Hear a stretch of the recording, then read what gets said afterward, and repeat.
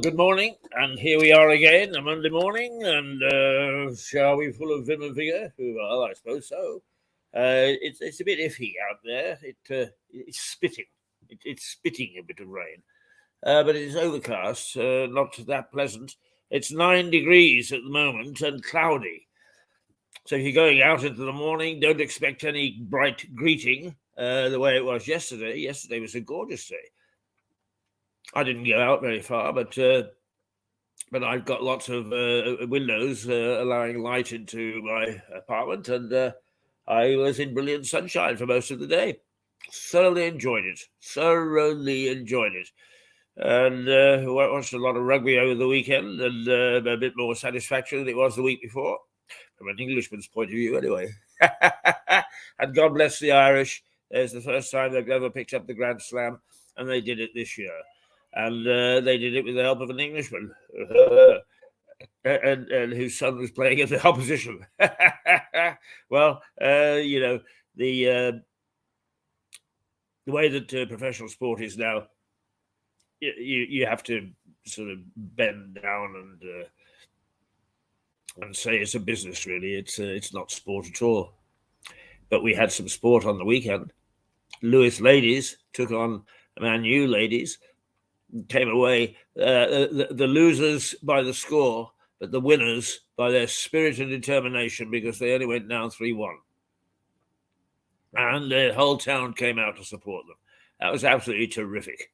It really was. And congratulations to Lewis Town Football Club, the Rooks, because they really have been they've really been the pioneers when it comes to football generally. With equal pay for women, and making sure there's a so-called diversity in the ranks. I don't go along with a lot of isms, as you know, but I do believe in equality and equal opportunity.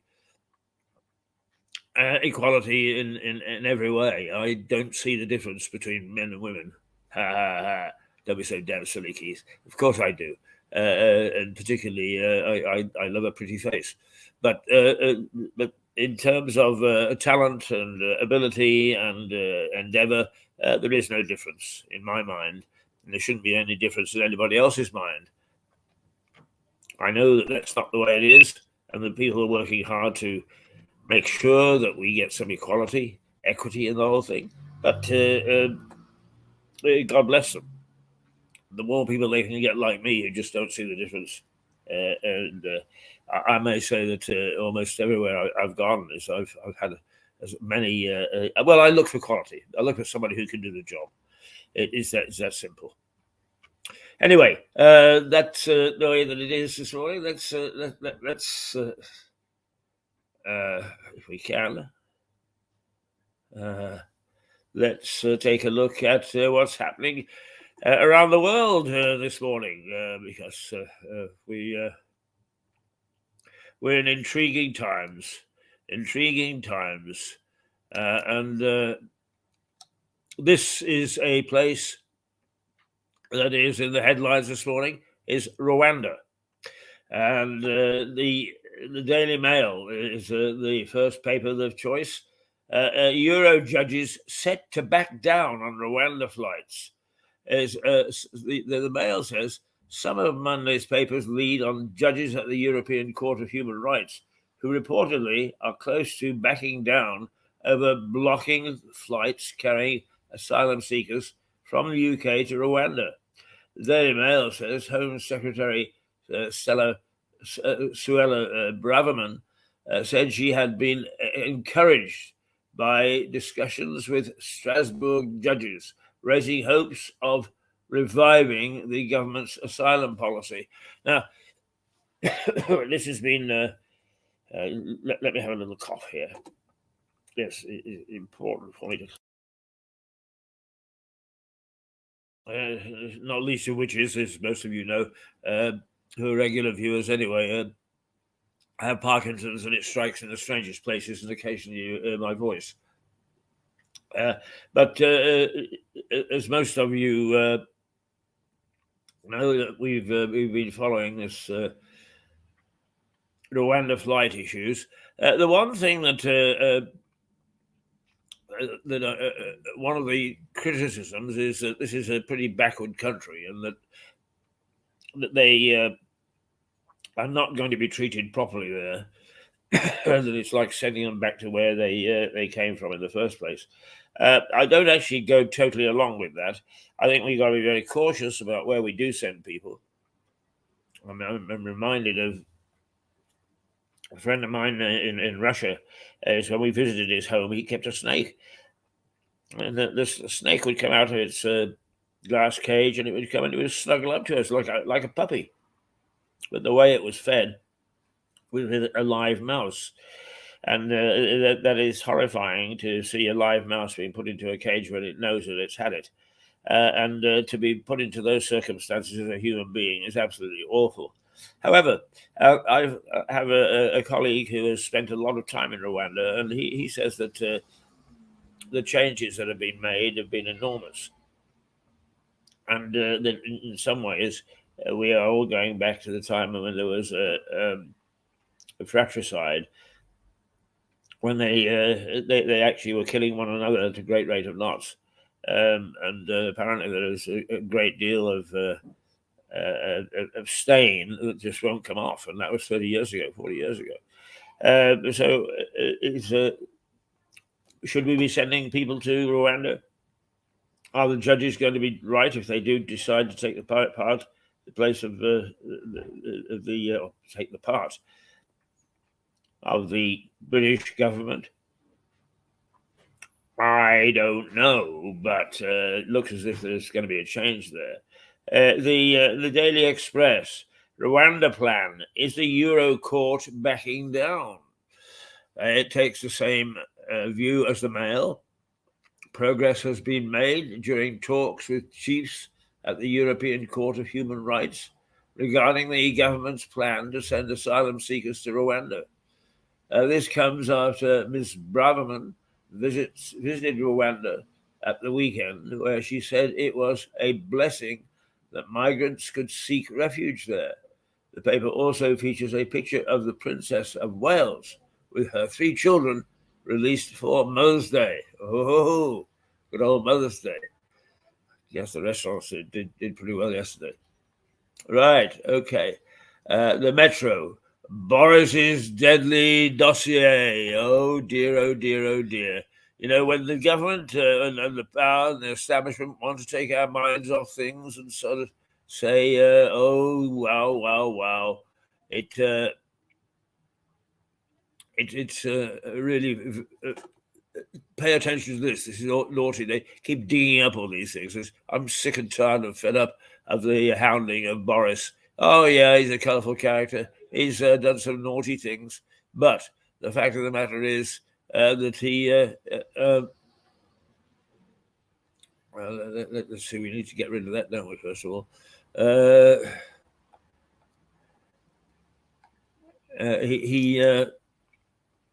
It should not be this issue of the bloody Christmas cake, and whether he misled Parliament or whatever, is they take themselves so bloody seriously. Well, the whole world is falling to pieces around them. That's what I've got against them, is they're not doing their job. They're all being so precious. And I want my people in Westminster to do the job. That's why I voted and elected them, to do their job, and they are not. They are not. They are a bunch of wastrels. As Stuart Dolby says, is they're a bunch of third stringers. And they faff around and waste our time and our money over non-entities and their precious rules and regulations. I'm not saying that they shouldn't have strict rules and regulations, particularly for people in that position, which is open to abuse at any level. But I do expect them to pay more attention to what's going on in the world and what they're doing about it than to worry about the bloody cake that Boris is supposedly ate or didn't eat or whatever. I mean, it's just more than one can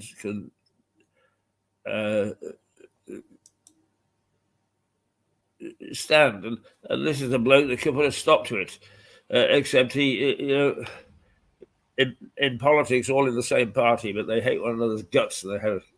So Boris says he has a detailed and compelling dossier to clear his name over the Partygate scandal. The paper says the 50-page dossier includes WhatsApp messages and photos of events which will be handed to the Privilege Committee before they question Mr. Johnson on Wednesday. Supporters of the former Prime Minister fear the televised session is part of a plot to end his career. I'm quite sure that's absolutely right. It's just a nonsense. It's a mere bagatelle, and Sunak should stop it. If they want to get confidence back in the government, start to pay attention to what's happening. But here, what has he actually done, Sunak? According to Sunak delays key policies as Johnson takes centre stage. The says that the Prime Minister has been forced to delay announcements about key policies on crime, energy, and pensions, as Boris is due to take centre stage. The former Prime Minister's spokesman says the evidence in Mr. Johnson's dossier will show that he did not knowingly mislead Parliament. The paper notes. And here's Rishi has said, oh dear, he's going to take the limelight away when we make these announcements. So what we'll do is we'll pause them. That is no answer to anything, Rishi. No answer to anything. You get on with it. What you've got to say is far more important than Boris's ice cake at Christmas. And it's 2 Christmases ago now. Get on and do your job. Let's stop all this farting around. It's just beyond the pale. The Daily Telegraph, right now, they are going off on the worry over the banking sector, which we should all worry about. Indeed, we should. And the problems with Credit Suisse, the huge Swiss bank, taking the minds of a lot of those people in the financial sector. And Credit Suisse was told on Sunday evening that in a cut price deal aimed at averting a new financial crisis, that it's valued at more than £65 billion at its peak, has been taken over by its arch rival UBS. The merger is likely to result in thousands of job losses in London, the paper notes. Oh dear. And this is our strength, is the financial sector. The Financial Times, UBS to acquire Credit Suisse for $3.25 billion after frantic talks. It says, after a week of frantic negotiations, UBS agreed to buy Credit Suisse for $3.25 billion. The paper says the historic deal follows 5 days during which the Swiss establishment raced to end a deepening crisis that threatened the country's second largest lender. Well, whoop-de-doo. The Times. Now the Times has gone on a different tack altogether again. And its headline is "A Toxic Met Faces Being Broken Up." The Times reports that the Metropolitan Police face being broken up if it does not rapidly overhaul a toxic culture that will be exposed in an independent review on Tuesday. It's tomorrow. The paper says the review found institutional problems of sexism, racism, and homophobia. The review was ordered after Sarah Everard was abducted, raped, and murdered by a serving officer. So there you are. The whole policing of this country needs a review. It is no longer fit for purpose. And people, it doesn't matter whether, in fact, they're sitting in their desks in Scotland Yard or East Sussex and talking about what they do and saying, oh, yes, but we do this well and we do that well. Yes, of course it does things well. No organization is that bad, but the fact of the matter is that it has got lost, that the pace of life has changed so much that it doesn't know what it's supposed to be doing. And that's where it's got to find out. It's got to decide what its role is, what its objectives are, and to go after those in as a fierce and energetic way as possible. The Guardian, health union members in a push to reject NHS pay deal. Oh dear, the unions are back on the trot in terms of oh, this isn't good enough, and that's not good enough, and so on. So all the heralding of a wonderful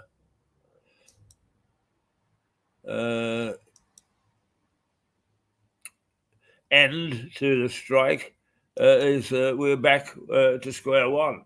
That is according to the Guardian. Members of the biggest health unions in Britain are organising a campaign to reject the pay agreement being recommended by union bosses in England. The Guardian report says a cross-union group called NHS Workers say no is reaching out in an effort to persuade members to vote against the 5% increase. And many nurses are prepared to go back on strike to push for a better deal and are furious that union bosses agreed to a deal well below the rate of inflation. There you go. There you go. It's not going to end. It is not going to end. Now the Mirror. The Mirror actually is got a medical story, not associated with the strike, but actress Ruth Henshaw has ramped up her fight for what's called Gloria's Law, to stop the scandal of care home residents dying alone from ever happening again. She and joined families who are denied access to loved ones during the pandemic, and they're called for action, the paper says. Well, that at the time was a scandal. The lockdown was really locked down fiercely with nursing homes and so on, and families cannot see one another. And I think that certainly, without supporting one thing or another, it is a good thing to actually take a look at what did happen then, and should it have happened, or is it something that the government was right and proper, even though it was terribly unpopular? Right, the Star. When it gets stuck, the Star always goes back to weather. Never mind the weather, as long as we're together. And what the Star is saying is that there is a polar scare, and a polar scare. It reports that Britain will be hit by a storm this week. The paper predicts temperatures as low as -9 degrees centigrade and a 700-mile wide snow blast. Well, if it's right, we're all in for it. There we are. That's what we can expect. A polar scare. A polar scare. Now, there were one or two things that cropped up over the weekend when we're talking about local news. I think we should take a brief look at that to see what's being said.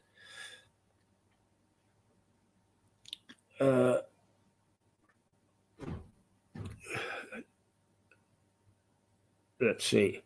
More than 40 council homes built in groundbreaking development. Where's that? In Port Slade. Right, okay. The question of where buildings take place and how they take place, and whether they're for low cost and helping the crisis is always in the news. But that one is now. This one probably is a great interest to us. Is it? Yes. Let's have a look.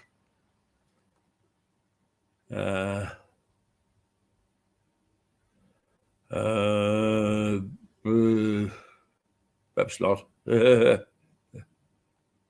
Oh, there we go. That'll do. Waitrose is aiming for a major revamp of its 332 UK stores. Right, is set to modernise its stores across the UK in a bid to win back shoppers. The supermarket is said to be cutting costs to free up cash to revamp its stores. The Daily Telegraph reports that a complete refresh of all 332 of its shops would reportedly cost up to £250 million. And it comes as the John Lewis-owned supermarket tries to win back shoppers as the cost of living crisis continues to push customers towards the discounters, Aldi and Lidl. So there you go. Let's have a look here because we got. Let's see, Mickey Connors. Oh, hello, Mickey. We haven't heard from you for a while. It's all about the switch to QFS. So many banks ain't needed anymore. And Mickey, once again, quantum financial systems. Right, Mickey. I think that would need a bit of explanation, but nonetheless, I'm glad that you're back with us and making your comments as you usually do. And that you're doing so in a spirited way. Good for Mickey. Anything else that we... There's a man died after a car collides with a wall. Man 80 dead after a Burgess Hill crash that saw a Fiat 500 collide with a fence. They're appealing for information. The police appealing for information following a fatal crash in Burgess Hill. Officers were called to Jane Murray Way at about 12 p.m. on Thursday, March the 2nd, to a single vehicle crash. The car, a blue Fiat 500, collided with the fence. Sadly, the passenger of the vehicle, an 80-year-old local man, has since died. His next of kin have been informed. Well, that's where we're at with the headlines, both local and national. And we...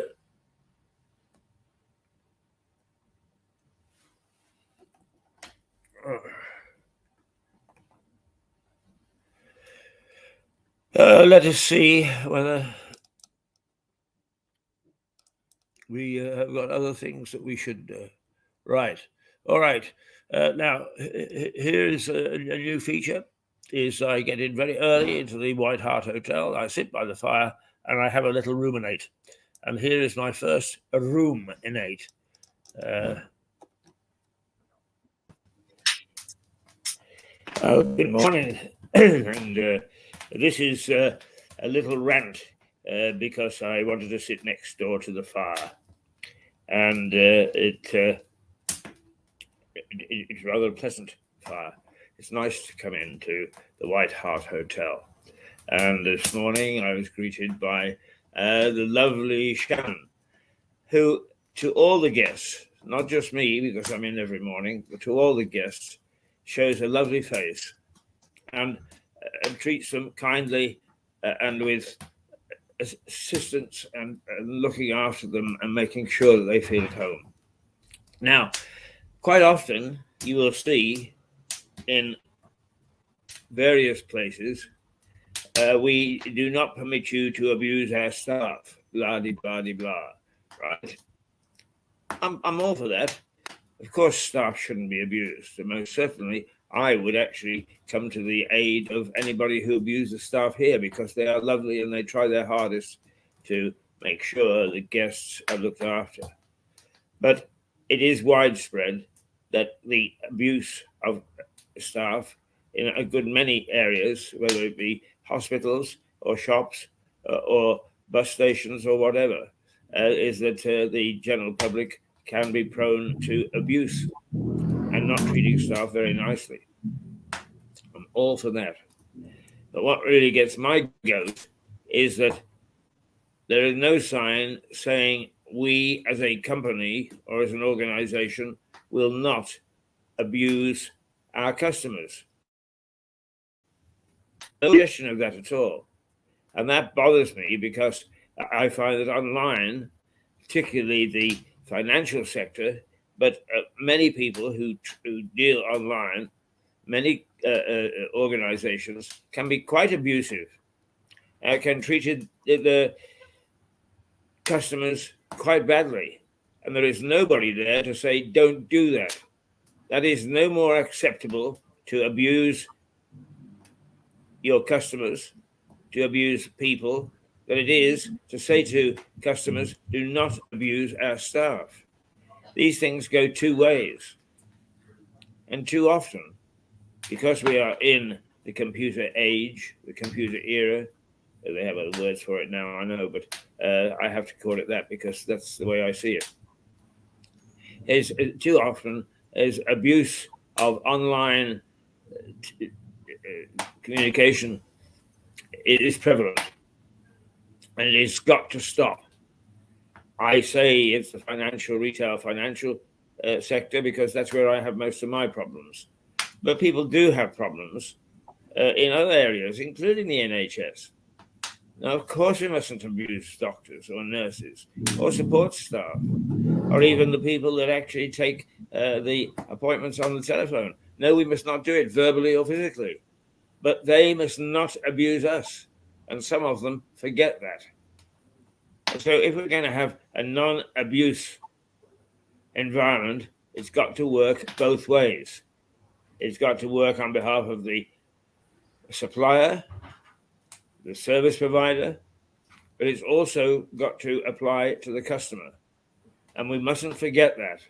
And too often it is forgotten.